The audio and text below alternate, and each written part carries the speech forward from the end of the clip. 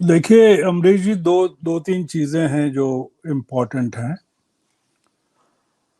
पहली चीज तो ये कि इसमें जो शब्द है स्टेट स्पॉन्सर्ड, इसमें वैसे भी एप्पल एक कंपनी है, भारत सरकार के साथ गहरे ताल्लुकात हैं उनके। तो वो उन्होंने ये नहीं कहा है कि भारत सरकार के द्वारा किया जा रहा है।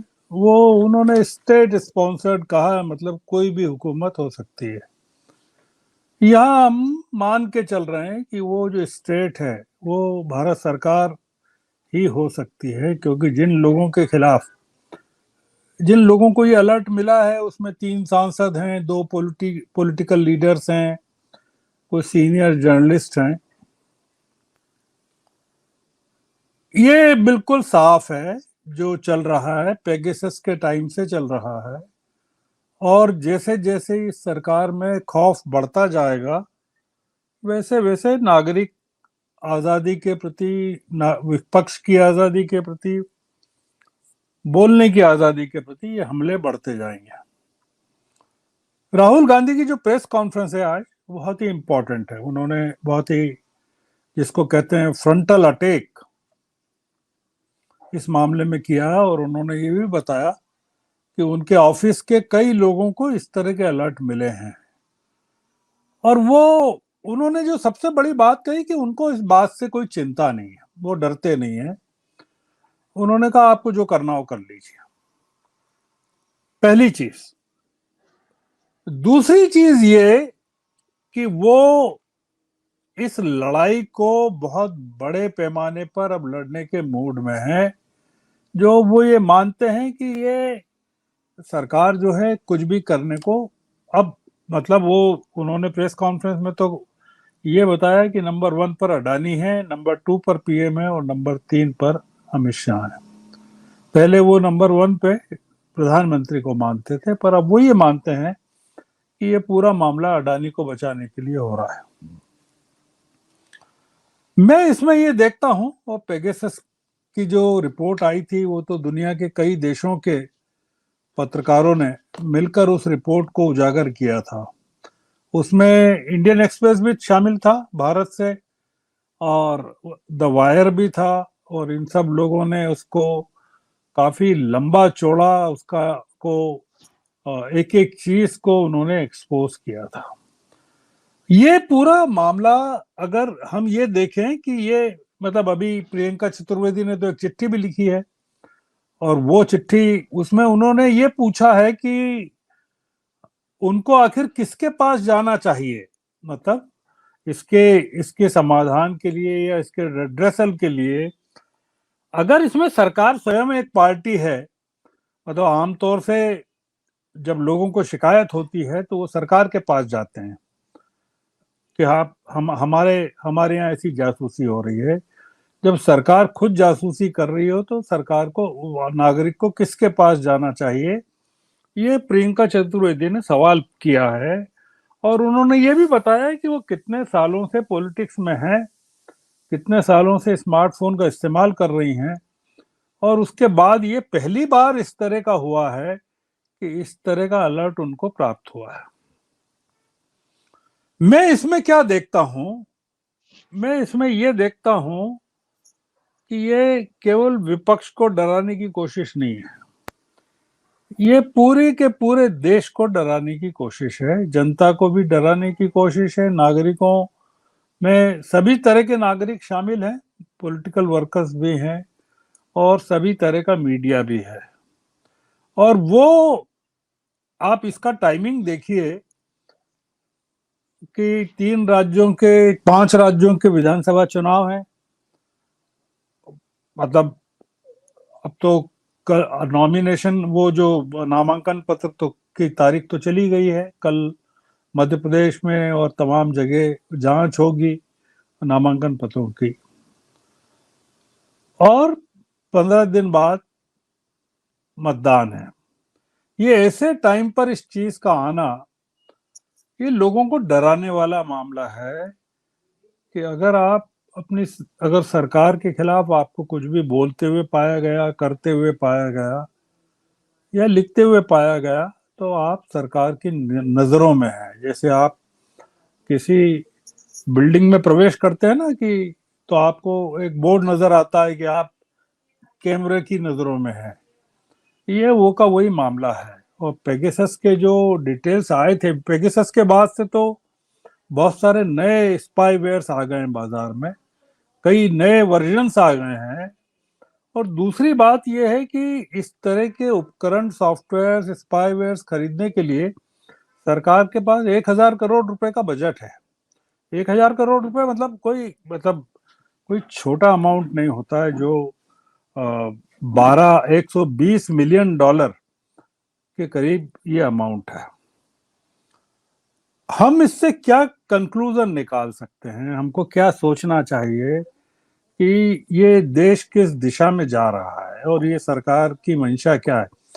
उन्होंने, अश्विनी वैष्णव ने, जो आईटी मिनिस्टर हैं, उन्होंने तो इसको खारिज कर दिया है, पूरी तरह से खारिज किया है। उन्होंने कहा कि जांच बैठा दी है और जिन लोगों को इस तरह के अलर्ट मिले हैं उनसे निवेदन किया है कि वो जांच में सहयोग करें। और उन्होंने ये माना है कि ये जो आदतन आलोचक लोग हैं वो इस तरह का मुद्दा उठा रहे हैं। तो सरकार तो पूरी तरह से इसको आक्रामक तरीके से खारिज कर रही है। मामला यह है कि क्या विपक्ष भी इसको खारिज करने को तैयार है? क्या इसको एक बड़ा मुद्दा इंडिया अलायंस बनाएगा कि नहीं बनाएगा? इसको बड़ा चुनावी मुद्दा बनाएगा कि नहीं बनाएगा? इसको जो नागरिक आजादी के पक्षधर संगठन हैं वो इस मामले को उठाएंगे कि नहीं उठाएंगे? और इस पूरे मामले पे दुनिया के तमाम देशों की क्या प्रतिक्रिया होगी और सरकार उसका किस तरह से मुकाबला करती है? तो इसमें एक बड़ी संख्या में पत्रकार भी शामिल है, मतलब मीडिया तो है ही शामिल पूरा का पूरा, पर कुछ इंडिविजुअल पत्रकारों को शामिल किया गया। हमको पता है पेगासस के टाइम पर किस तरह से लोगों को निशाने पर लिया गया था। जो उस समय हम लोगों ने डिबेट भी की है, लिखा भी है जी। उसमें। वो जो जिस महिला ने उनको, रंजन गोगोई के खिलाफ आरोप लगाया था यौन शोषण का, उनका नाम भी आया था कि उनके भी खिलाफ पेगासस का इस्तेमाल किया गया है। तो ये तमाम चीजें, मतलब हमको ये नहीं पता है कि इसमें न्यायपालिका के कितने लोगों के खिलाफ इस तरह के उपकरणों का इस्तेमाल है, मीडिया में कितने लोगों का है, पॉलिटिकल पार्टीज में। सरकार का तो कहना है कि पीयूष गोयल को भी इस तरह का अलर्ट मिला है। तो बोले ये एक कुछ टेक्निकल, वो एप्पल के तौर के द्वारा कोई टेक्निकल मिस्टेक है। तो वो इस चीज को डिफेंड कर रहे हैं कि ये ऐसा नहीं है कि कोई विपक्ष को टारगेट पर लिया गया है। इस पूरी लड़ाई को क्या पेगासस के बाद हमने देखा कि 3 साल गुजर गए और पूरा का पूरा मामला ठंडा हो गया।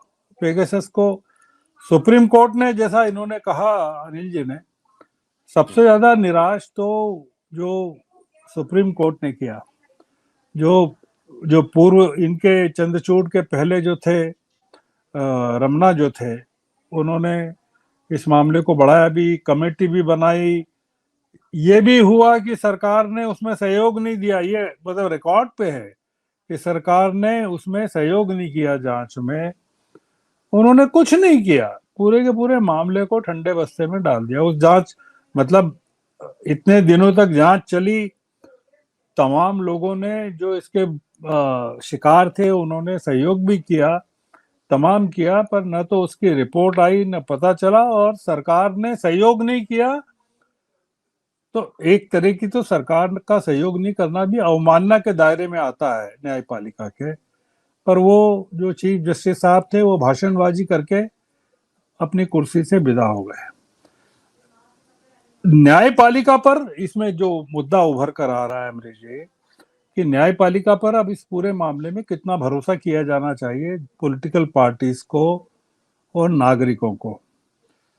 राहुल गांधी तो कह रहे हैं कि अब वो इसको पॉलिटिकल मुद्दा बनाकर लड़ेंगे, जो कि जरूरी है कि अगर ये इंडिया अलायंस, इंडिया गठबंधन के लोग इसको मुद्दा नहीं बनाते हैं तो ये एक बड़ी राजनीतिक हार में चुनाव में बदल जाएगा, क्योंकि इससे जो नागरिकों में और पॉलिटिकल पार्टीज में, कार्यकर्ताओं में जो खौफ पैदा होगा, वो पूरी के पूरी सिस्टम को ले डूबेगा। इसमें शशि थरूर भी हैं, पवन खेड़ा भी हैं, प्रियंका चतुर्वेदी भी हैं, महुआ मोइत्रा भी हैं। मतलब वो तमाम लोग जो इस समय सरकार के खिलाफ लगे हुए हैं, वो उन सब तमाम लोगों के नाम है। तो भाई अगर टेक्निकल गलती है एप्पल की तरफ से या कुछ मालवेयर है, तो ये केवल चुने हुए 10, 15, 20 लोगों को ही क्यों मिला अलर्ट? ये पूरे देश को क्यों नहीं मिला? मतलब स्मार्टफोन तो देश में करोड़ों लोग इस्तेमाल करते हैं, या बहुत सारी पॉलिटिकल पार्टीज भी करती हैं। ये एक उन्होंने, मुझे लगता है कि ये कुछ दाना फेंक कर कुछ सूंघने की कोशिश है कि देखें इसकी क्या रिएक्शन होती है। और अगर ये बूमरैंग करता है, जो कि करेगा, क्योंकि ये राहुल गांधी के जो तेवर हैं आज जो प्रेस कॉन्फ्रेंस में दिखे, वो तो अलग तेवर हैं। वो कुल मिला के भी वो इस समय जो चल रहे हैं कि मैं किसी से डरता नहीं हूं वाले तेवर हैं।